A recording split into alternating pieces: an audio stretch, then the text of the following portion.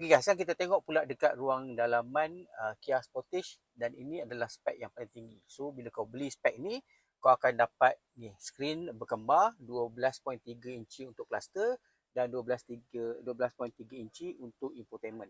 Okey, dan dia punya ni memang senang untuk korang adjust lah. So semua ada kat sini voice memo. Lepas tu yang paling menarik yang aku nak tunjuk kau, dia ada kiblat. Okey, kita pergi situ. Lepas tu dekat display dan dekat sini kau boleh tengok kiblat. Tapi yang ni dia belum activate lagi lah. Alright, so selain daripada tu, kat sini semua touchscreen, dan apa yang menariknya kat sini kau boleh tukar di antara aircon. Contoh kat sini kita tekan aircon kan. Dan bila kau tukar yang ni, dia jadi sebagai untuk yang radio punya. Okey, dekat bahagian bawah ni ada satu tempat isi barang, dan ada dua USB A, USB C.